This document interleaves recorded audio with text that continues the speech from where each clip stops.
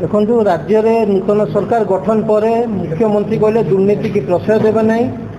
आम जहाँ आशा करूँ सूचना कमिशन को ठारू आम जो दुर्नीति बाबद तथ्य दीर्घ 4 वर्ष है अपेक्षा करूँ मिलियो बोली ता संपूर्ण आम विफल और हताश होइछु। कारण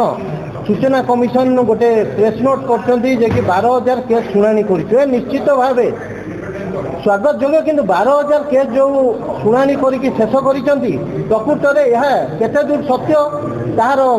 संपूर्ण विवरणी दूसरी। कारण गोटे दिन 22/12/2025 गोटाए दिन मोर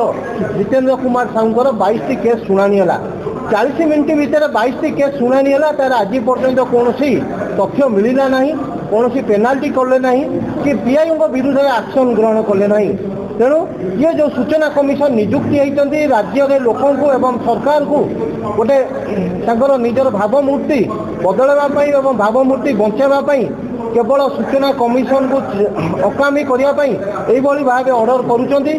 कि दीर्घ वर्षर जो मैंने अपेक्षा कर सूचना अधिकार आईन तथ्य पाइबापी तथ्य मिलूना सूचना अधिकार कर्मी मान को हतोत्साह कर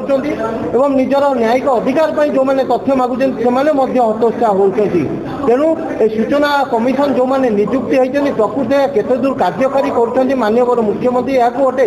तदंत कर कौ प्रकार से ऑर्डर कर ऑर्डर जदि गोटा गोटा पढ़ते ताले जापारते राज्य में दुर्नीति के प्रोत्साहन दौरान ना दुर्नीति की बंद करने चेष्टा करते।